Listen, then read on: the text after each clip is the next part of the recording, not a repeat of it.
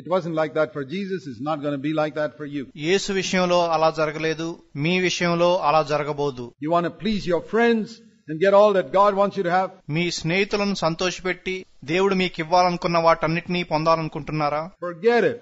మర్చిపోండి. To spend your life pleasing your friends.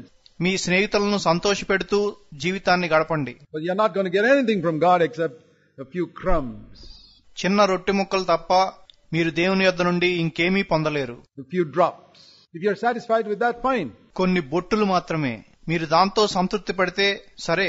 I'm not satisfied with drops. నేను బొట్టులతో సంతృప్తి పడను. I want to live under the river falling from heaven. పరలోకం నుండి ప్రవహిస్తున్న నది కింద నేను జీవించాలనుకుంటున్నాను. I want all of God because I've got only one earthly life. భూమి మీద నాకున్నది ఒకే జీవితం గనుక నాకు దేవుని నుండి సమస్తము కావాలి. And you folks are so lucky that you can hear this when you're young. మీరు యవనస్తులుగా ఉన్నప్పుడే ఈ విషయాలు వినగలుగుతున్నందుకు మీరు చాలా అదృష్టవంతులు. Imagine 16, 17, 18, 20, 25, even if you're 30, think that you can hear these things now. 17, 18, 20, 25 మీకు 30 ఏళ్లున్నా కూడా మీరిప్పుడు ఈ విషయాలు విని and live the rest of your life for God. మీ జీవితకాలమంతా దేవుని కొరకు జీవించొచ్చు. You won't regret it. మీరు ఈ విషయంలో చింతపడరు. Don't be offended if you're corrected by older brothers. పెద్ద సహోదరులు మిమ్మల్ని సరిదిద్దినప్పుడు అభ్యంతరపడొద్దు. I tell you, I have been corrected so much. I've been humiliated publicly. నేను ఎన్నోసార్లు సరిదిద్దబడ్డాను, అందరి ముందు అవమానించబడ్డాను. I just bowed my head. The Lord said, shut your mouth. నేను నా తల ఉంచుకున్నాను. నా నోరు మూసుకోమని ప్రభువు నాతో చెప్పాడు. You're a young man, shut your mouth, humble yourself and accept it. And I accepted it. నువ్వు యవనస్తుడివి, నోరు మూసుకుని నిన్ను నువ్వు తగ్గించుకొని దాన్ని అంగీకరించు. నేను దాన్ని అంగీకరించాను. For many years, not one or two times.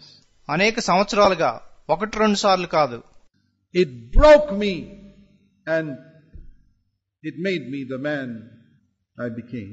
అది నన్ను విరగ్గొట్టింది, నేనిప్పుడున్న వ్యక్తిగా నన్ను చేసింది. I want to say to you, dear brothers and sisters, ప్రియమైన సహోదరి సహోదరులారా, నేను మీతో ఏం చెప్పాలనుకుంటున్నానంటే, take it seriously, this matter of following the Lord. ప్రభువును వెంబడించే విషయాన్ని తీవ్రంగా తీసుకోండి. Let me show you another verse in the book of James. యాకోబు రాసిన పత్రికలో మరొక వచనాన్ని చూపిస్తాను. You know it's the next book, James chapter 5. హిబ్రీల తర్వాత యాకోబు 5వ అధ్యాయము. Very often people pray for healing and nothing happens. చాలా సార్లు ప్రజలు స్వస్థత కొరకు ప్రార్థిస్తారు గాని ఏమీ జరగదు. We all have had that experience. మనందరికీ ఆ అనుభవం ఉంది.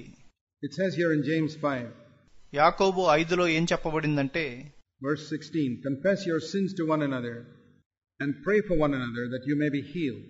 16వ వచనం, మీ పాపములను ఒకరితోనొకడు ఒప్పుకొనుడి, మీరు స్వస్థత పొందినట్లు ఒకని కొరకు ఒకడు ప్రార్థన చేయుడి. I see from there that God's will for us is physical healing. శారీరక స్వస్థత మన కొరకు దేవుని చిత్తమని దాని నుండి నేను చూస్తాను. I have believed that for many years now. అనేక సంవత్సరాలుగా ఆ విషయాన్ని నమ్మాను. I'm not saying that I'll never have a backache or never have a cold or a headache. I'm not talking about that. ఇక నాకెప్పుడు వెన్నుపోటు గాని తలనొప్పి గాని ఉండదని కాదు, నేను దాని గురించి మాట్లాడటం లేదు. But I do not believe that God wants us to be physically incapacitated so that we cannot serve Him. మనం శారీరకంగా కదలలేని పరిస్థితిలో ఉండి ఆయన్ను మనం సేవించకుండా ఉండటం దేవుని చిత్తమని నేను అనుకోను. I mean, Paul had a thorn in the flesh, some type of sickness, but it didn't hinder him from serving the Lord. పౌలుకు శరీరంలో ఒక ముళ్ళుంది, అదొక రకమైన రోగము, కానీ అది అతన్ని దేవుణ్ణి సేవించకుండా ఆటంకపరచలేదు. He lived with that sickness, but he served the Lord wholeheartedly. ఆయన ఆ రోగంతోనే జీవించాడు, కానీ దేవుణ్ణి పూర్ణ హృదయంతో సేవించాడు. I'm not saying that we'll have perfect health till we get to heaven. మనం పరలోకం చేరకముందే పరిపూర్ణ ఆరోగ్యాన్ని కలిగి ఉంటామని నేను చెప్పడం లేదు. But I don't believe it's God's will that I should have any sickness that hinders me from completing God's plan for my life. నా జీవితం కొరకు దేవుని ప్రణాళికను పూర్తి చేయకుండా ఆటంకపరిచే ఏ రోగాన్నైనా కలిగి ఉండటం దేవుని చిత్తం కాదని నేను అనుకుంటాను. But it says here, I must confess my sins. ఇక్కడ ఏమనుందంటే, నేను నా పాపాలని ఒప్పుకోవాలి. If I have hurt you, I must confess to you. నేను నిన్ను గాయపరిస్తే నీతో ఒప్పుకోవాలి. If I have hurt God, I must confess to God. నేను దేవుణ్ణి గాయపరిస్తే దేవునితో ఒప్పుకోవాలి. And then I must pray. ఆ తర్వాత నేను ప్రార్థించాలి. And then it says in the next verse, actually the same verse, It's all one verse. The effective prayer of a righteous man can accomplish much. అదే వచనంలో ఏం చెప్పబడిందంటే నీతిమంతుని విజ్ఞాపన బహుబలము గలదై ఎంతో సాధించగలదు. The effect, in the King James Version it says, the effectual fervent prayer of a righteous man. ఒక నీతిమంతుని బలమైన తీవ్రతతో కూడిన ప్రార్థన. First of all, it's got to be fervent. మొట్టమొదటిగా అది తీవ్రతతో కూడినదై ఉండాలి. Wholehearted. You really mean business with God. పూర్ణ హృదయము గలదై మీకు దేవుని పట్ల తీవ్రత ఉండాలి. And the other is, you must be a righteous man or woman. ఇంకో విషయం ఏంటంటే మీరు నీతిమంతులై ఉండాలి. It doesn't say here that the prayer of every believer will accomplish much. ప్రతి విశ్వాసీ ప్రార్థన ఎంతో సాధిస్తుంది అని ఇక్కడ చెప్పబడలేదు. That's the reason why a lot of believers pray and nothing happens. అందుకనే ఎంతో మంది విశ్వాసులు ప్రార్థించినా ఏమీ జరగదు. But when a righteous man prays fervently, కానొక నీతిమంతుడు తీవ్రతతో ప్రార్థిస్తే, it says here, it accomplishes a great deal. ఇక్కడ ఏమనుందంటే అది ఎంతో సాధిస్తుంది. Is there a difference between a righteous man praying and an ordinary believer praying? ఒక సాధారణమైన విశ్వాసి ప్రార్థించడానికి ఒక నీతిమంతుడు ప్రార్థించడానికి తేడా ఉందా? World of difference. ఎంతో గొప్ప తేడా ఉంది. So then you say, oh, that's easy then. I'll just go to a righteous man and ask him to pray for me. అప్పుడు మీరేమంటారంటే, అయితే నేను ఒక నీతిమంతుడి యొద్దకు వెళ్లి నా కొరకు ప్రార్థన చేయమని అడుగుతాను. Well, his prayers won't accomplish anything if you've got sin in your life. అయితే మీ జీవితంలో పాపం ఉంటే ఆయన ప్రార్థనలో ఏమీ సాధించవు. No. You can get the most righteous person in the world to pray for you. మీరు లోకంలో ఉన్న గొప్ప నీతిమంతుణ్ణే మీ కొరకు ప్రార్థన చేయమని అడగొచ్చు. It says that Jesus prayed for some people and they were not healed. యేసు కొంతమంది కొరకు ప్రార్థించినప్పుడు వారు స్వస్థత పొందలేదు అని చెప్పబడింది. You know that? ఆ విషయం మీకు తెలుసా? It's the last verse of Matthew 13. Jesus prayed for some people, they were not healed. మత్తయి 13లో చివరి వచనం.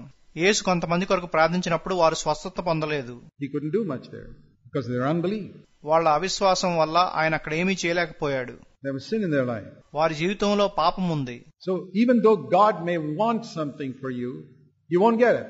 దేవుడు మీకు ఏదైనా ఇవ్వాలనుకున్నా మీరు దాన్ని పొందలేరు. Because you're not serious in your Christian life. ఎందుకంటే మీ క్రైస్తవ జీవితంలో మీరు తీవ్రత కలిగి లేరు. And somebody else who's far more serious than you are, he gets a lot more or she gets a lot more than you get. కానీ మీకంటే తీవ్రంగా ఉన్నవారు మీకంటే ఎక్కువ పొందుకోగలరు. Now I'll tell you something. There is no respect of persons with God. మీకు ఒక విషయం చెప్తాను. దేవుడు పక్షపాతి కాదు. You know, I have seen something in our churches. మన సంఘాల్లో నేను ఒక విషయాన్ని చూశాను. In many of our churches, there's a lot of partiality. మన సంఘాల్లో అనేకమైన వాటిలో ఎంతో పక్షపాతం ఉంది. There's a lot of partiality even among the elders. సంఘ పెద్దల మధ్య కూడా చాలా పక్షపాతం ఉంది. And so certain people get certain benefits because they are on good terms with the elders. కాబట్టి సంఘ పెద్దలతో మంచి సంబంధాన్ని కలిగి ఉన్నవారు కొన్ని ప్రయోజనాలు పొందుతారు. And the elders like them. సంఘ పెద్దలకు వారంటే ఇష్టం. And the elders don't like certain other people. సంఘ పెద్దలకు ఇతరులంటే ఇష్టం ఉండదు. Now, that's because those elders are not godly. ఎందుకంటే ఆ సంఘ పెద్దలు దైవభక్తి లేనివారు. We have a lot of elders in our churches who are elders, but they're not godly. మన సంఘాల్లో ఎంతో మంది సంఘ పెద్దలు ఉన్నారు. వారు పెద్దలే కానీ భక్తిపరులు కాదు. But you say, how did they become elders? Well, that's because in a class of 3-year-olds, a 4-year-old is an elder. అయితే వాళ్ళు సంఘ పెద్దలు ఎలా అయ్యారు అంటే 3 ఏళ్ల వయసు గల పిల్లలున్న తరగతిలో 4 ఏళ్ల వయసు గలవాడు పెద్ద అయిపోతాడు. Even though he's not mature. వాడికి పరిణితి లేనప్పటికీ. So elder is a relative thing. కాబట్టి పెద్ద అంటే మిగతా వారితో పోలిస్తే పెద్దని. If everybody is immature, then somebody who's not godly is fit to be an elder. ఎవరో పరిణితి లేని వారైతే భక్తి లేని వారు కూడా సంఘ పెద్దలు అవటానికి అర్హులే. But because of that partiality, కానీ ఆ పక్షపాతం వల్ల some of you మీలో కొంతమంది who are in the good books of your elders in your churches, మీ సంఘాల్లో మీ సంఘ పెద్దలతో మంచి సంబంధాన్ని కలిగి ఉన్నవారు may get certain benefits and certain advantages కొన్ని ప్రయోజనాలను కొన్ని లాభాలను పొందొచ్చు, which other people may not get. వాటిని ఇతరులు పొందలేకపోవచ్చు. And I have seen something. నేను ఒక విషయాన్ని చూశాను. Those who get those benefits are not usually spiritual. ఆ ప్రయోజనాలు పొందేవారు ఆత్మానుసారులు కాదు. And then some of you may feel, well, I'm not on good terms with my elder. మీలో కొంతమంది నా సంఘ పెద్దతో నాకు మంచి సంబంధం లేదు అనుకోవచ్చు. He always has a grudge against me. ఆయనకి ఎప్పుడూ నా పైన కోపం ఉంటుంది. Well, forget it. సరే మర్చిపోండి. So what? Maybe he's carnal. అయితే ఏంటి, అతడు శరీరానుసారుడు కావచ్చు. Maybe your elder is carnal. Can an elder brother be carnal? Sure. మీ సంఘ పెద్ద శరీరానుసారుడేమో. ఒక సంఘ పెద్ద శరీరానుసారుడై ఉండొచ్చా? ఉండొచ్చు. Can an elder brother be partial? ఒక సంఘ పెద్ద పక్షపాతం కలిగి ఉండొచ్చా? I think a lot of our elder brothers are partial. మన సంఘ పెద్దల్లో అనేక మంది పక్షపాతం కలిగి ఉన్నారని నేను అనుకుంటాను. I'll tell you that honestly because I've seen it. దాన్ని నేను యథార్థంగా చెప్తాను, ఎందుకంటే దాన్ని నేను చూచాను. And you don't happen to be in the good books of your particular elder. మీరు మీ సంఘ పెద్దతో మంచి సంబంధాన్ని కలిగి లేరు. And so you get sort of pushed out and this way, that way. కాబట్టి మిమ్మును ఇటు అటు నెడుతూ ఉంటారు. But does that mean God will push you out? No. దాని అర్థం దేవుడు మిమ్మును నెట్టేస్తాడనా? కానే కాదు. It doesn't make a difference. దేవునికి అదేం తేడా చేయదు. What your elders think of you, what your parents think of you. నిన్ను గూర్చి నీ సంఘ పెద్దలు ఏమనుకుంటున్నారో, నీ తల్లిదండ్రులు ఏమనుకుంటున్నారో ఏమీ తేడా చేయదు. Your parents may be partial to some of their children and మీ తల్లిదండ్రులు కొంతమంది పిల్లల పట్ల పక్షపాతం కలిగి ఉండొచ్చు. treat you a little different. మిమ్మును కొంచెం వేరుగా చూడొచ్చు. So what? అయితే ఏంటి? Just make sure that God, with whom there is no partiality, accepts you. పక్షపాతం లేని దేవుడు మిమ్మును అంగీకరించేటట్లు చూచుకోండి. And I tell you, you will shine much better in God's purpose than all those people your elder brothers are partial to. నేను మీతో ఏం చెప్తానంటే, మీ సంఘ పెద్దలు పక్షపాతం చూపించిన వారందరికంటే మీరే దేవుని ఉద్దేశాల్లో బాగా రాణిస్తారు. And you'll see that in the long run. ముందు ముందు మీరు దాన్ని చూస్తారు. Those brothers and sisters whom your elder brothers are partial to may get some benefits temporarily in the church. మీ సంఘ పెద్దలు పక్షపాతం చూపించిన ఆ సహోదర సహోదరీలు తాత్కాలికంగా సంఘంలో కొన్ని ప్రయోజనాలు పొందొచ్చు. But you will be the man of God and the woman of God. కాని నువ్వు దైవజనుడిగాను దైవజనురాలిగాను ఉంటావు. You may be not in the good books of your elder. It doesn't make a difference. I'll show you an example. మీరు మీ పెద్దలతో మంచి సంబంధాన్ని కలిగి లేకపోవచ్చు. దానివల్ల ఏం తేడా చేయదు. మీకు ఒక ఉదాహరణ చూపిస్తాను. Let's turn to 1 Samuel in chapter 16. మొదటి సమూయేలు గ్రంథము 16వ అధ్యాయాన్ని చూద్దాము. In 1 Samuel chapter 16, మొదటి సమూయేలు 16వ అధ్యాయంలో, if you read the Old Testament history, you know that God had rejected King Saul from being king over Israel. మీరు పాత నిబంధన చరిత్ర చదివితే దేవుడు సౌలును ఇజ్రాయేలుకు రాజుగా ఉండకుండా తిరస్కరించాడని మీరు తెలుసుకుంటారు. And he wanted to select a new king. ఆయన ఒక కొత్త రాజును ఏర్పరచుకోవాలనుకున్నాడు. Now that was not God's original plan. అయితే అది దేవుని అసలు ప్రణాళిక కాదు. When Saul was anointed as king, David was not even born. సౌలు రాజుగా అభిషేకింపబడినప్పుడు దావీదు ఇంకా పుట్టలేదు. Is that written somewhere in the Bible? Does any of you clever people know? అది బైబిల్లో ఎక్కడైనా రాయబడి ఉందా? మీలో తెలివైన వారికి అది తెలుసా? How do we know that David was not born when King Saul was appointed elder? సౌలు రాజుగా అభిషేకించబడినప్పుడు దావీదు ఇంకా పుట్టలేదని మనకెలా తెలుసు? I'll tell you, if you read the Bible carefully, నేను చెప్తాను, మీరు బైబిల్ జాగ్రత్తగా చదివితే you read that Saul reigned for 40 years over Israel. Saul Israel దేశంపై 40 ఏళ్లు పరిపాలించాడని మీరు చదువుతారు. And after Saul died, David became king. సౌలు మరణించిన తర్వాత దావీదు రాజు అయ్యాడు. And it's written further down that David became king when he was 30 years old. ఇంకా ఏమి రాయబడి ఉందంటే దావీదు 30 ఏళ్ల వయసులో రాజయ్యాడు. So just do the maths and tell me. కాబట్టి లెక్కలు వేసి నాతో చెప్పండి. Was David alive when Saul became king? సౌలు రాజు అయినప్పుడు దావీదు జీవిస్తున్నాడా? Was that too tough for you? మీకు చెప్పడం చాలా కష్టంగా ఉందా? No. లేదు. Saul was king for 40 years and David became king when he was 30. సౌలు 40 ఏళ్లగా రాజుగా ఉన్నాడు. దావీదు 30 ఏళ్లప్పుడు రాజయ్యాడు. So David was not even born when Saul became king. So కాబట్టి సౌలు రాజు అయినప్పుడు దావీదు ఇంకా పుట్టను కూడా పుట్టలేదు. it was not that God already had David in mind. No.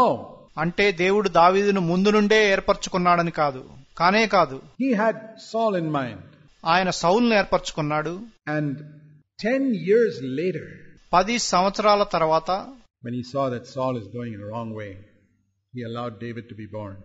సౌలు తప్పుదారిలో వెళ్ళటం ఆయన చూచి దావీదుని పుట్టడానికి అనుమతించాడు. Do you know that God may have a plan for your life? దేవుడు మీ జీవితం పట్ల ఒక ప్రణాళిక కలిగి ఉండొచ్చని మీకు తెలుసా? And like I said, you may be the favorite of the elder brothers in your church. మీ సంఘంలో మీ సంఘ పెద్దలు మీ పట్ల పక్షపాతం చూపించొచ్చు. And you get some privileges and all. మీకు కొన్ని ప్రయోజనాలు రావచ్చు. God will set you aside like Saul.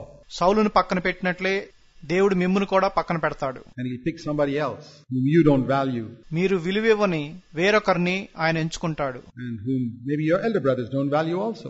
మీ సంఘ పెద్దలు కూడా అతనికి విలువివ్వకపోవచ్చు. And that'll be the man of God in the future generation. రాబోయే తరంలో అతడే దైవజనుడిగా ఉంటాడు. That'll be the woman of God. ఆమె దైవజనురాలుగా ఉంటుంది. It's got nothing to do with the partiality of the elders. సంఘ పెద్దల పక్షపాతంతో సంబంధం లేదు. Those blind elders completely missed the bus. That's all. ఆ గ్రుడ్డివాళ్లైన సంఘ పెద్దలు దేవుని చిత్తాన్ని తెలుసుకోలేకపోయారు. అంతే. Every elder who's partial is blind. పక్షపాతం కలిగిన ప్రతి సంఘ పెద్ద గ్రుడ్డివాడే. We all have partiality. మనందరకు పక్షపాతం ఉంది. If you look in your heart, you young people, మీ హృదయాల్లోకి మీరు చూస్తే యవనస్తులైన మీకు కూడా you have partiality in your heart towards certain people. మీకు కొందరి పట్ల పక్షపాతం ఉంది. And in that measure, you're spiritually blind. అదే మోతాదులో మీరు ఆత్మీయంగా గ్రుడ్డివాళ్లు. I had partiality in my heart. నా హృదయంలో కూడా పక్షపాతం ఉండేది. I decided long ago, I will get rid of it totally. దాన్ని పూర్తిగా తొలగించుకుంటానని ఎంతో కాలం క్రింద నిర్ణయించుకున్నాను. 100% because I don't want to be blind. 100% ఎందుకంటే నేను గ్రుడ్డివాడిగా ఉండాలనుకోవడం లేదు. I refuse to be partial towards any human being on the face of the earth. భూమి మీదున్న ఏ మనిషి పట్లైనా నేను పక్షపాతం చూపించను. I work with a lot of elders and I'm not partial to any of them by God's grace. నేను అనేక మంది పెద్దలతో పనిచేస్తాను, కానీ దేవుని కృప వల్ల వారిలో ఎవరి పట్ల పక్షపాతం చూపించను. Because otherwise I'll become blind. లేని ఎడల నేను గ్రుడ్డివాడిని అయిపోతాను. I want to say to you young people, get rid of all partiality from your heart. యవనస్తులైన మీతో ఏం చెప్తానంటే, మీ హృదయంలో నుండి పక్షపాతాన్ని అంతటినీ తొలగించుకోండి. There are many people double your age who haven't got rid of it. మీ వయసుకు 200 వయసు గల అనేక మంది దాన్ని తొలగించుకోలేదు. If you start getting rid of it now, perhaps in 10 years, you'll get rid of it completely. మీరు దాన్ని తొలగించుకోవడం ఇప్పుడు మొదలు పెడితే బహుశా 10 సంవత్సరాల్లో దాన్ని పూర్తిగా తొలగించుకోవచ్చు. But you got to fight it. You got to fight it. కానీ దాన్ని మీరు పోరాడాలి. Every time you see it, hey, that was partial. మీరు దాన్ని చూచిన ప్రతిసారి అది పక్షపాతము అని గ్రహించాలి. I get rid of it. దాన్ని తొలగించుకోవాలి. God shown me different times. Hey, that was partial. It's partial. దేవుడు నాకు వేరువేరు సార్లు చూపించాడు. అదిగో అది పక్షపాతం, ఇది పక్షపాతం. Get rid of it. Confess it. Forsake it. దాన్ని తొలగించుకో, దాన్ని ఒప్పుకో, దాన్ని విడిచిపెట్టు. That's how you get rid of it finally. చివరకు ఆ విధంగా పూర్తిగా తొలగించుకుంటారు. Anyway, here was Samuel. సరే, ఇక్కడ సమూయేలు ఉన్నాడు. See, Samuel was a man of God. He had got rid of partiality in his heart. సమూయేలు ఒక దైవజనుడు. ఆయన తన హృదయంలో నుండి పక్షపాతాన్ని తొలగించుకున్నాడు. But it was a struggle for him. కానీ అది ఆయనకు పోరాటంగా ఉండెను. Because he appointed Saul. He was very disappointed that Saul was put out by God. ఎందుకంటే ఆయన సౌలును నియమించాడు, కానీ దేవుడు సౌలును తిరస్కరించినందుకు ఆయన ఎంతో నిరాశపడ్డాడు. God told Samuel in 1 Samuel 16 verse 1. మొదటి సమూయేలు 16:1 దేవుడు సమూయేలుకి ఏం చెప్పాడంటే, How long are you going to grieve over Saul? నువ్వు ఎంతకాలం సౌలు గురించి దుఃఖిస్తావు? I know Saul is your favorite, Samuel, but సమూయేలు, సౌలు అంటే నీకు ఎంతో ఇష్టమని నాకు తెలుసు. forget it now. కానీ ఇప్పుడు అతన్ని మర్చిపో. Get rid of grieving. Oh, Saul has become like this. Saul has become like this. Forget it. అయ్యో సౌలు ఇలా అయిపోయాడు అని దుఃఖించడం ఆపివేయి. ఇక దాన్ని మర్చిపో. I have rejected him. నేను అతన్ని తిరస్కరించాను. Saul was Samuel's favorite, but God rejected him. సౌలు సమూయేలుకు ఇష్టుడు, కానీ దేవుడు అతన్ని తిరస్కరించాడు. A prophet's favorite, ఒక ప్రవక్తకు ఇష్టుడు, an elder brother's favorite, ఒక సంఘ పెద్దకు ఇష్టుడు. man of God has got no favorite. ఒక దైవజనుడికి ఇష్టులుండరు. Jesus had no favorites. యేసుకు ఇష్టులెవరూ లేరు. He turned around to Peter and say, "Get behind me, Satan. You're interested in the things of man, not the things of God."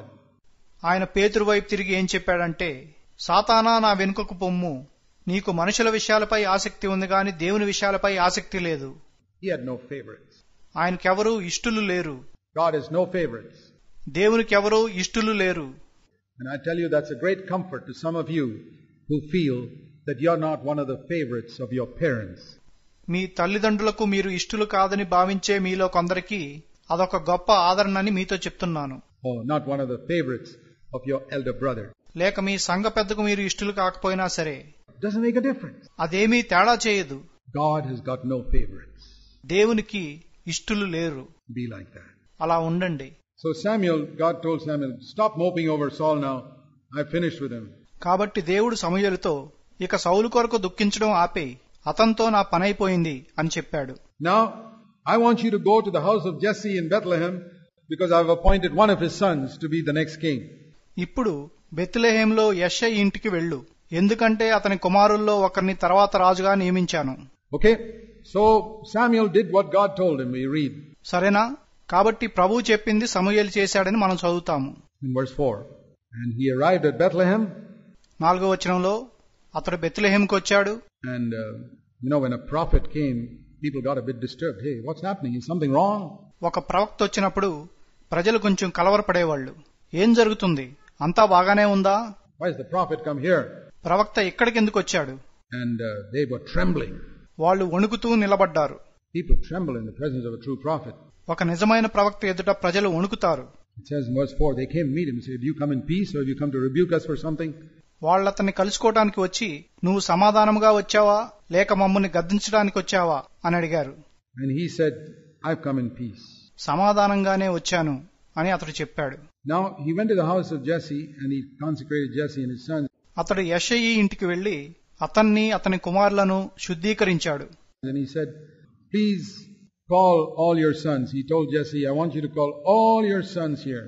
అప్పుడు అతడు యెషయితో ఏం చెప్పాడంటే, దయచేసి నీ కుమారులందరినీ పిలువు, I want to meet all of them. నేను వాళ్ళందరినీ కలుసుకోవాలనుకుంటున్నాను. And so Jesse brought all his sons. యెషయి తన కుమారులందరినీ తీసుకొచ్చాడు. And the eldest was a man called Eliab, young man, verse 6. అందరికంటే పెద్దవాడు ఎలియాబు అనే యవనస్తుడు. 6వ వచనం. Samuel looked at Eliab and said, "Boy." సమూయేలు ఎలియాబును చూచి ఏమన్నాడంటే, అబ్బో, I'm sure this is the king. Look at the way he looks so smart, so tall, so clever. నిశ్చయంగా ఇతడే రాజు, ఎంతో పొడుగ్గా తెలివైన వాడిగా కనిపిస్తున్నాడు. The Lord said to him, "Samuel, you're influenced by his appearance, his height." ప్రభు సమూయేలుతో ఏం చెప్పాడంటే, సమూయేలు, అతని పైరూపం చేత అతని ఎత్తు చేత నువ్వు ప్రభావితం చేయబడుతున్నావు.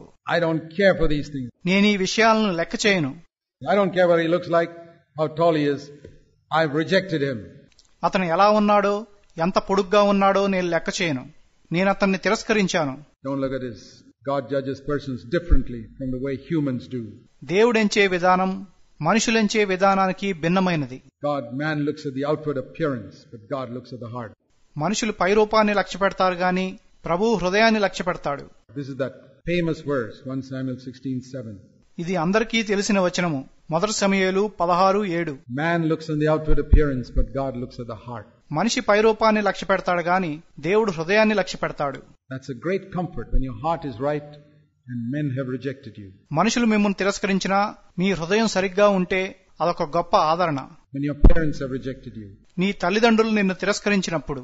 When teachers in your college show partiality and put you down because you're a Christian. నువ్వు క్రైస్తవుడు అయినందుకు నీ కాలేజీలో టీచర్లు పక్షపాతం చూపించి నిన్ను క్రిందకు నెట్టినప్పుడు. Forget it. Don't worry. God looks at the heart. మర్చిపోండి, చింతించొద్దు, దేవుడు హృదయాన్ని చూస్తాడు. It's enough if you're accepted by God.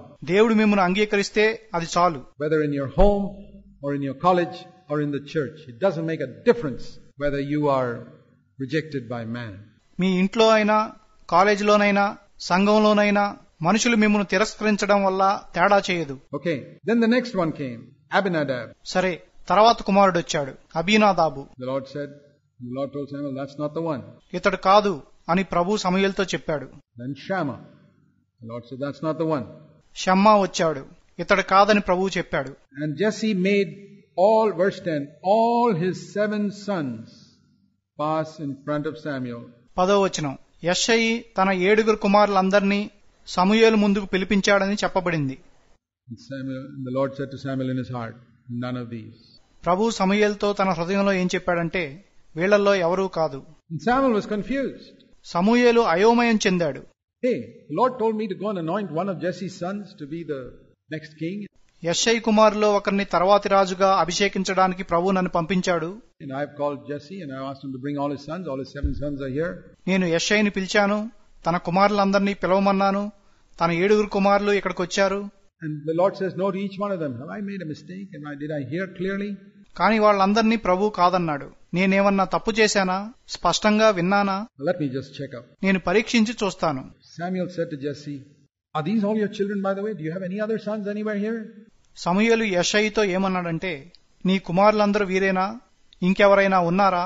Oh, he said, there's one more. I actually have 8 sons, but that guy is a useless, good for nothing fellow. He's the black sheep, and we send him to look after the sheep. అవును, ఇంకోడున్నాడు. నిజానికి నాకు 8 మంది కుమారులున్నారు, కానీ ఆ చివరివాడు ఎందుకు పనికిరానివాడు, వాడు నీచుడు, వాడిని గొర్రెలు కాయమని పంపించాము. He's not so clever or smart. వాడంత తెలివైన వాడు కాదు. He can't be the king, definitely not. I didn't even bother to call him. వాడు రాజు అవ్వలేడు, నాకు వాడిని పిలవాలని కూడా అనిపించలేదు. He's always playing the guitar and singing songs and sitting out there looking out. వాడెప్పుడు guitar కొట్టుకుంటూ పాటలు పాడుకుంటూ గొర్రెలు మేపుతూ ఉంటాడు. I mean, he didn't know, the father didn't know that out there when looking after the sheep, David even killed a lion and a bear, and because he wouldn't tell his father all that. కానీ యెషయికి తెలియని విషయం ఏంటంటే, దావీదు గొర్రెలు మేపుతున్నప్పుడు ఒక సింహాన్ని ఒక ఎలుగుబంటిని చంపాడని. ఎందుకంటే దావీదు తన తండ్రితో చెప్పలేదు. Imagine if you killed a lion and you came home and you never told anybody about it. నువ్వు ఒక సింహాన్ని చంపి ఇంటికొచ్చి ఆ విషయం ఎవరితో చెప్పకుండా ఉండటం ఎలా ఉంటుందో ఊహించుకో. That'd be great, isn't it? అది గొప్ప విషయం కదా. That's the type of chap David was. I mean, దావీదు అటువంటి వ్యక్తే. Jesse asked, have you brought all the sheep home? గొర్రెలన్నింటినీ ఇంటికి తెచ్చావా అని యెషయా అడిగినప్పుడు, Yes, Dad, all the sheep. అవును నాన్న, అన్నిటినీ తెచ్చాను. He didn't tell him one of the sheep was grabbed by a lion. I just killed the lion and pulled him out of his mouth. ఒక గొర్రెను సింహం పట్టుకెళ్ళింది, నేను ఆ సింహాన్ని చంపి దాన్ని రక్షించాను అని అతడు చెప్పలేదు. He didn't tell that. ఆ విషయాన్ని చెప్పలేదు. He says it later to Saul. తర్వాత సౌలుతో ఆ విషయాన్ని చెప్పాడు. A man who wasn't a young fellow who was quite happy to sing songs to God and praise him.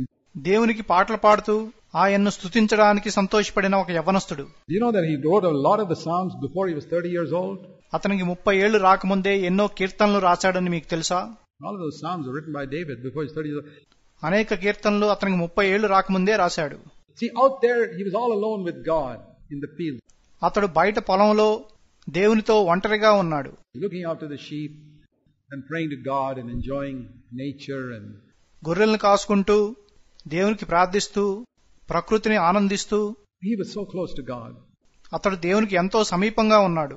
Rejected by his family. తన కుటుంబం చేత తిరస్కరింపబడ్డాడు. You're the youngest. You don't know anything. నువ్వు అందరికంటే చిన్నవాడివి, నీకేం తెలీదు. You know how sometimes you have 7 older brothers and they can just get on you as the youngest. నీకు 7 అన్నయ్యలుంటే వాళ్ళందరూ కలిసి కొన్నిసార్లు నీ మీద పడతారని నీకు తెలుసు కదా. And God picks him up. దేవుడు అతన్ని ఏర్పరచుకున్నాడు. And he says, yeah, there's one. ఒకడున్నాడు అని యెషయా చెప్పాడు. And Samuel says, we're not going to sit down till you call him. నువ్వు అతన్ని పిలిచే వరకు మనం కూర్చోము అని సమూయేలు చెప్పాడు. So they sent for him. అప్పుడు అతన్ని పిలిచారు. You know, just think of this picture. Samuel says, call all your sons, and he calls only 7 of them. ఈ దృశ్యాన్ని మీరు ఆలోచించండి. నీ కుమారులందరినీ పిలువు అని సమూయేలు చెప్పినప్పుడు తండ్రి 7 మాత్రమే పిలిచాడు. That is partiality. అదే పక్షపాతము. I mean, I've never heard of anything like that. నేను ఇటువంటి దాని గురించి ఎప్పుడూ వినలేదు. A father treating his son like this. ఒక తండ్రి తన కుమారుణ్ణి ఇలా చూస్తాడా? One whom man rejected, the one whom the elders reject, maybe the one whom God chooses. మనుషులు తిరస్కరించిన వాణ్ణి, పెద్దలు తిరస్కరించిన వాణ్ణి దేవుడు ఏర్పరచుకోవచ్చు. Make sure God chooses you. దేవుడు నిన్ను ఏర్పరచుకునేటట్లు చూచుకో. Don't try to get in the good books of your elders, please. నీ పెద్దలతో మాత్రమే మంచి సంబంధాన్ని కలిగి ఉండటానికి ప్రయత్నించవద్దు.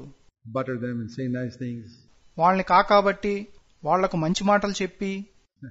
Don't be a man pleaser. Live before God. మనుషులను సంతోషపెట్టాలని చూడకు, దేవుని ముందు జీవించు. Honor your elders and honor your parents. నీ పెద్దలను గౌరవించు, నీ తల్లిదండ్రులను గౌరవించు. But don't be happy that they have accepted you and they think you're spiritual. కానీ వారు నిన్ను అంగీకరించారని, నువ్వు ఆత్మానుసారుడు అనుకుంటున్నారని నువ్వు సంతోషపడద్దు. You may go to hell with your elders thinking you're spiritual. నీ పెద్దలు నువ్వు ఆత్మానుసారుడు అనుకున్నా నువ్వు నరకానికి వెళ్ళొచ్చు. So he didn't. The elders here didn't think that this guy was spiritual. The father always favored the 7 older sons. ఇక్కడ దావీదు ఆత్మానుసారుడని పెద్దలు అనుకోలేదు. తండ్రి 7 కొడుకుల పట్ల పక్షపాతం చూపించాడు. And the other he treated like a little child. దావీదును చిన్న బిడ్డను చూసినట్టు చూశాడు. And when he came, the Lord immediately said, "This is the one." దావీదు వచ్చినప్పుడు ప్రభువు వెంటనే ఇతడే అని చెప్పాడు. Why? Because man looks on the outward appearance. God looks at the heart. ఎందుకని? మనిషి పైరూపాన్ని చూస్తాడు, దేవుడు హృదయాన్ని చూస్తాడు. He was only probably around 20 years old. దావీదుకు బహుశా 20 ఏళ్లే ఉండొచ్చు. The older boy was probably around 30. పెద్దవాడు బహుశా 30 ఏళ్ల వాడై ఉండొచ్చు. But this young 20-year-old superseded all his older brothers. కానీ ఈ 20 ఏళ్ల యవనస్తుడు తన అన్నలందరినీ మించిపోయాడు. The one whom the parents had rejected, the one whom the elders had rejected, was the one whom God chose. తల్లిదండ్రులు తిరస్కరించిన వాణ్ణి, పెద్దలు తిరస్కరించిన వాణ్ణి దేవుడు ఏర్పరచుకున్నాడు. You could be one like that. నువ్వు అటువంటి వాడిగా ఉండొచ్చు. What difference did it make that the father was partial, the elders were partial? So what? తండ్రి పక్షపాతం చూపించినా, పెద్దలు పక్షపాతం చూపించినా ఏమైంది? ఏమైనా తేడా వచ్చిందా? God doesn't choose the people whom parents and elders choose. తల్లిదండ్రులు పెద్దలు ఎంచుకున్న వారిని దేవుడు ఎంచుకోడు. Maybe somebody else. వేరెవరినైనా ఎంచుకోవచ్చు. You can be like that. నువ్వు అలా ఉండొచ్చు. And then, as soon as Samuel took the horn of oil, verse 13, and poured it on this young 20-year-old man. 13వ వచనం. సమూయేలు తైలపు కొమ్మును తీసుకుని ఈ 20 ఏళ్ల యవనస్తుడిపై పోయగానే, Some of you are 20. Just think of you being 20 years old and the prophet of God pouring an oil on your head. మీలో కొంతమందికి 20 ఏళ్లు. మీకు 20 ఏళ్లప్పుడు దేవుని ప్రవక్త మీ తలపైన నూనెని పోయడం ఎలా ఉంటుందో ఆలోచించండి. The Spirit of God came mightily upon David from that day. ఆ రోజు నుండి ప్రభు ఆత్మ దావీదుపైకి బలముగా వచ్చెను. And verse 14, the Spirit of the Lord departed from Saul. 14వ వచనం. ప్రభు ఆత్మ సౌలును విడిచిపోయెను. I mean, it took him another 10 years to become king. అతడు రాజు అవటానికి ఇంకా 10 ఏళ్లు పట్టింది. But he was anointed that day. కానీ ఆ రోజు అభిషేకించబడ్డాడు. And those 10 years were years of struggle. ఆ 10 సంవత్సరాలు కష్టాలతో కూడిన సంవత్సరాలు. Saul tried to kill him. సౌలు అతన్ని చంపాలని చూశాడు. Do you know that you can be anointed by God when you're 20 years old? నీకు 20 ఏళ్లప్పుడు నువ్వు దేవుని అభిషేకాన్ని పొందొచ్చని నీకు తెలుసా? And yet, you may never come into the ministry you have till 10 years later. అయినా కూడా ఇంకా 10 ఏళ్ల వరకు దేవుడు నీ కొరకు ఏర్పరిచిన పరిచర్యలోకి నువ్వు రాకపోవచ్చు. But those 10 years you have to be faithful like David was. కానీ దావీదున్నట్లే ఆ 10 ఏళ్లు నువ్వు నమ్మకంగా ఉండాలి. Rejected by Saul, persecuted. That was all part of his training. సౌలు చేత తిరస్కరించబడి, హింసించబడి, అదంతా అతని తర్ఫీదులో భాగము. To be rejected by older people. That's part of your training, brother. సహోదరుడా, పెద్దల చేత తిరస్కరించబడటం నీ తర్ఫీదులో ఒక భాగము. I thank God that I went through that. నేను దాన్ని అనుభవించినందుకు దేవునికి వందనాలు చెప్తున్నాను. To be rejected by people whom you respect. నువ్వు గౌరవించిన వారి చేత తిరస్కరించబడటం. To be treated as scum by your elders. మీ పెద్దల చేత చెత్తగా ఎంచబడటం. To be rebuked and somebody else is favored. వాళ్ళు ఇతరులకు పక్షపాతం చూపించి నిన్ను గద్దించడం. Let your elders be blind and do that. నీ పెద్దలు గుడ్డివారిగా ఉండి అలా చేయనివ్వు. You say, Lord, I want to live before you. ప్రభువా, నేను నీ ఎదుట జీవించాలనుకుంటున్నాను అని చెప్పు. Don't despise your elders. Then you'll destroy yourself. నీ పెద్దలను తృణీకరించొద్దు. నిన్ను నువ్వు నాశనం చేసుకుంటావు. If you read in the book of Samuel, you see how David respected Saul till the end of Saul's life. సమూయేలు గ్రంథంలో మీరేం చూస్తారంటే, సౌలు మరణించే వరకు దావీదు సౌలును ఎలా గౌరవించాడో అని. Even though Saul was a backslidden elder. సౌలు ఒక దిగజారిపోయిన రాజు అయినప్పటికీ. You must respect your elders even if he's a backslidden elder who doesn't have the anointing. నీ పెద్ద దిగజారిపోయి అభిషేకాన్ని పోగొట్టుకున్నా కూడా నీ పెద్దను గౌరవించాలి. God is my witness that every church I went to, I respected the elders even though I didn't have confidence in them. దేవుడే నాకు సాక్షి. నేను వెళ్లిన ప్రతి సంఘంలో వారి మీద నాకు నమ్మకం లేనప్పటికీ అక్కడున్న పెద్దలను గౌరవించాను. To have respect for someone is different from having confidence in a person. ఒక వ్యక్తిని గౌరవించడం, అతనిపై నమ్మకం ఉంచడం వేరువేరు విషయాలు. Your father may be a drunkard. You must respect him. నీ నాన్న ఒక తాగుబోతు కావచ్చు. నువ్వు అతన్ని గౌరవించాలి. You may not have confidence in him. నువ్వు అతన్ని నమ్మలేకపోవచ్చు. Your elder may be partial, carnal. నీ సంఘ పెద్ద పక్షపాతం గలవాడై శరీరానుసారుడై ఉండొచ్చు. Respect him because he's the elder in the church. You may not have confidence in him. అతడు సంఘ పెద్ద కాబట్టి గౌరవించు. అతని మీద నీకు నమ్మకం లేకపోవచ్చు.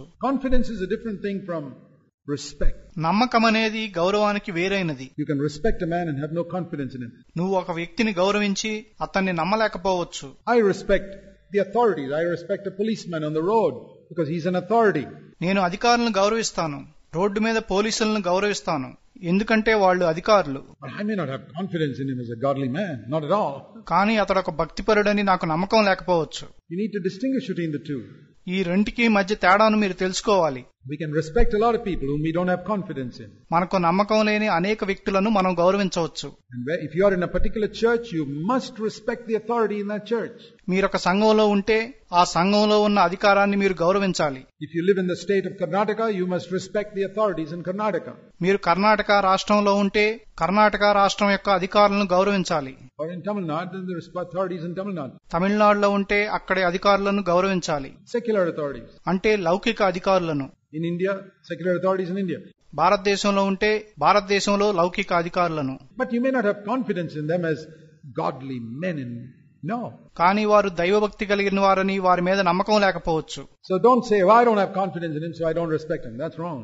కాబట్టి అతని మీద నాకు నమ్మకం లేదు కాబట్టి నేను గౌరవించను అని చెప్పొద్దు. అది తప్పు. You have to honor your father and mother even if they are drunkards and carnal and partial and everything else. మీ తల్లిదండ్రులు తాగుబోతులైనా శరీరానుసారులైనా పక్షపాతం చూపించినా వాళ్ళని సన్మానించాలి. If they treat your brothers and sisters better than you, respect them. నీకంటే నీ తోబుట్టువులను వాళ్ళు బాగా చూసుకున్నా వాళ్ళని గౌరవించు. They are blind, but respect them. వాళ్ళు గుడ్డివాళ్లు కానీ వాళ్ళని గౌరవించు. Please remember this. దయచేసి ఈ విషయాన్ని గుర్తుంచుకోండి. Very important to bear it in mind. దీన్ని గుర్తుపెట్టుకోవడం చాలా ప్రాముఖ్యం. And then the Spirit of God came upon him and he became so different. అప్పుడు దేవుని ఆత్మ అతని మీదకి వచ్చింది. అతడు చాలా మారిపోయాడు. Then as I said, for the next 10 years, he went through so much of struggle. నేను చెప్పినట్లు తర్వాత 10 ఏళ్లు చాలా కష్టాల గుండా వెళ్ళాడు. I don't have time to show all that to you. అవన్నీ చూపించడానికి సమయం లేదు. But it was the same story with Joseph. యోసేపు విషయంలో కూడా అదే జరిగింది. You know, when Joseph was chosen, he was only 17 years old. I want to turn you to Genesis 37. యోసేపు ఎంచుకోబడినప్పుడు అతనికి 17 ఏళ్లే. ఆదికాండం 37వ అధ్యాయాన్ని చూద్దాము. Genesis 37. ఆదికాండము 37వ అధ్యాయము. It says here, ఇక్కడ ఏం చెప్పబడిందంటే in verse 2, these are the records of generation of Jacob. 2వ వచనం, యాకోబు వంశావళి ఇదే. Joseph was 17 years of age. యోసేపుకు 17 ఏళ్లు. Young man. యవనస్తుడు. 17 years of age. 17 ఏళ్ల వయసు గలవాడు. God chose him. దేవుడు అతన్ని ఏర్పరచుకున్నాడు. And for 13 years. 13 సంవత్సరాలుగా. For the next 13 years, he struggled. తర్వాత 13 సంవత్సరాలుగా అతడు కష్టాలు పడ్డాడు. He was in a far country, far away from his parents in Egypt. అతడు దూరదేశంలో ఉన్నాడు. తన తల్లిదండ్రులకు దూరంగా ఐగుప్తులో ఉన్నాడు. A lot of that, maybe 10 of those years in jail. వాటిల్లో బహుశా 10 ఏళ్ల పాటు జైల్లో ఉండుండొచ్చు. Imagine being trained for God's work in a jail. దేవుని పని కొరకు జైల్లో తర్ఫీదు పొందటం ఊహించుకోండి. David had to run around for 10 years in caves and hide and దావీదు 10 ఏళ్ల పాటు పరిగెడుతూ గుహల్లో దాక్కోవాల్సి వచ్చింది. no proper food, no proper conveniences. సరైన ఆహారం లేదు, సరైన సౌకర్యాలు లేవు. I'll tell you another thing about conveniences. సౌకర్యాల గురించి మీతో మరొక విషయం చెప్తాను. I find a lot of young people today.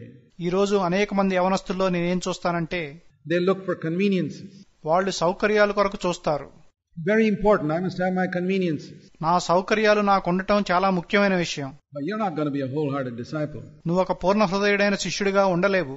You know, if I went for a camp నేను కోటాలకు వెళ్ళినప్పుడు and the meeting started at 10 o'clock మొదటి కోటం 10 గంటలకు మొదలైతే and I hadn't showered, నేను స్నానం చేయకపోతే I wouldn't shower till after the meeting. ఆ కోటం అయిపోయే వరకు నేను స్నానం చేయను. But I find a lot of people who come for camps nowadays are not like that. కానీ ఈ రోజుల్లో కోటాలకు వచ్చే అనేక మంది అలా లేరు. I must have my shower. నేను ముందు స్నానం చేయాలి. It doesn't matter if I'm late for the meeting. కోటానికి ఆలస్యంగా వెళ్ళినా పర్వాలేదు. Such people will never in 100 years be disciples of Jesus Christ. అటువంటి వాళ్ళు 100 ఏళ్లు జీవించినా యేసుక్రీస్తు యొక్క శిష్యులు కాలేరు. Their priorities are wrong. వారి ప్రాధాన్యతలు సరిగా లేవు. Showering is more important than the meeting. కోటానికి వెళ్ళడం కంటే స్నానం చేయటమే ముఖ్యం. Or if I was late for breakfast and the meeting, I'm late for the meeting, I say forget breakfast. నేను బ్రేక్ఫాస్ట్ చేయకుండా కోటానికి వెళ్ళవలసి వస్తే బ్రేక్ఫాస్ట్ ను మర్చిపోతాను. You be like that. మీరు అలా ఉండండి. Be a wholehearted person who say, ఒక పూర్ణ హృదయుడిగా ఉండండి. God is first. దేవునికి మొదటి స్థానం ఇవ్వండి. Taking a shower if I have time for it. సమయం ఉంటే స్నానం చేస్తాను. Eating if I have time for it. సమయం ఉంటే తింటాను. Lot of other things if I have time for it. సమయం ఉంటే ఇంకా అనేక విషయాలు చేస్తాను. But I don't find those type of young people today. అటువంటి యవనస్తులను ఈ రోజున చూడలేకపోతున్నాను. They must have this convenience. They must have that convenience. వాళ్ళకి ఈ సౌకర్యం కావాలి, ఆ సౌకర్యం కావాలి. Where in the world will they be disciples of Jesus? Not in 100 years. వాళ్ళు యేసుక్రీస్తు యొక్క శిష్యులుగా ఎలా ఉంటారు? 100 ఏళ్లు పట్టినా ఉండలేరు.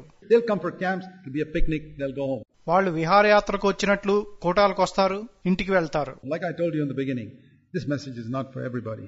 నేను ఆరంభంలో చెప్పినట్లు ఈ వర్తమానము అందరికీ కాదు. It's for those who are radical, wholehearted, ఇది తీవ్రంగా ఉన్న వాళ్ళకి, పూర్ణ హృదయం గలవారికి, who want to be disciples of Jesus Christ at any cost, ఎంత వెల చెల్లించవలసి వచ్చినా యేసుక్రీస్తు యొక్క శిష్యులుగా ఉండగోరిన వారికి, for whom nothing is more important than God. దేవుని కంటే ఏదీ ప్రాముఖ్యం కాని వారికి. Joseph was trained in hard circumstances. యోసేపు కష్టమైన పరిస్థితుల్లో తర్ఫీదు పొందాడు. And if you find yourself trained in hard circumstances away from parents, నువ్వు తల్లిదండ్రులకు దూరంగా కష్టమైన పరిస్థితుల్లో తర్ఫీదు పొందుతూ ఉంటే, some of you may at a young age go off to college away from your parents. మీలో కొందరు తల్లిదండ్రులకు దూరంగా యవన కాలంలో కాలేజీకి వెళ్లొచ్చు. Well, Joseph went away at the age of 17. యోసేపు 17 ఏళ్లకే వెళ్లిపోయాడు.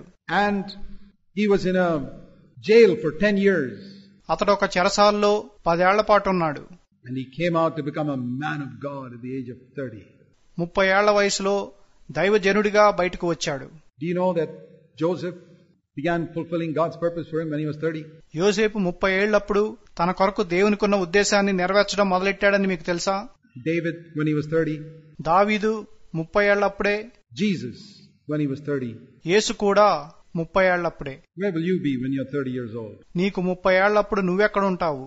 If God laid hold of you when you're 17, నీకు 17 ఏళ్లప్పుడు దేవుడు నిన్ను పట్టుకుని ఉంటే, I'll tell you this, by the time you're 30 or 35, let's say, God would have a ministry for you. మీకు ఈ విషయం చెప్తున్నాను.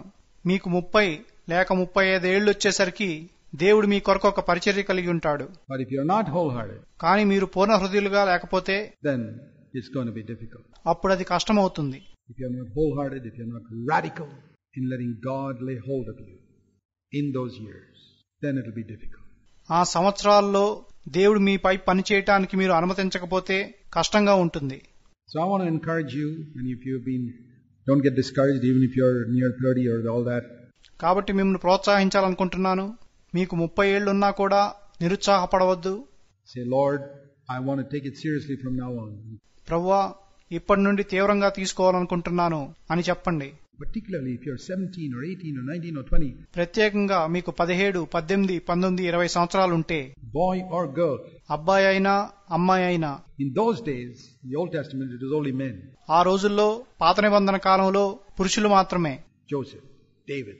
యోసేపు, దావీదు. But in the New Testament, Acts 2:17 says, I'll pour out my spirit on all flesh. కానీ క్రొత్త నిబంధనలో అపోస్తుల కార్యములు 2:17లో నా ఆత్మను సర్వ శరీరుల మీద కుమ్మరించెదను అని చెప్పబడింది. Your sons and your daughters will prophesy. నీ కుమారులు కుమార్తెలు ప్రవచించెదరు. Do you know, according to Acts 2:17 sisters, that you're supposed to prophesy? అపోస్తుల కార్యములు 2:17 ప్రకారము సహోదరులు కూడా ప్రవచించాలని మీకు తెలుసా? If you allow the Holy Spirit to come upon you, పరిశుద్ధాత్మను మీ మీదకి రానిస్తే, that means to share God's word in a way that will be effective. అంటే ప్రయోజనకరంగా దేవుని వాక్యాన్ని పంచుకోవడం. Not be a prophet or a preacher like me. అంటే నా వంటి ప్రవక్తగానో బోధకుడిగానో ఉండటం కాదు. But 2 minutes, 3 minutes, 5 minutes. కానీ 2 నిమిషాలు, 3 నిమిషాలు, 5 నిమిషాలు. In your home or in the church. మీ ఇంట్లో లేక సంఘంలో.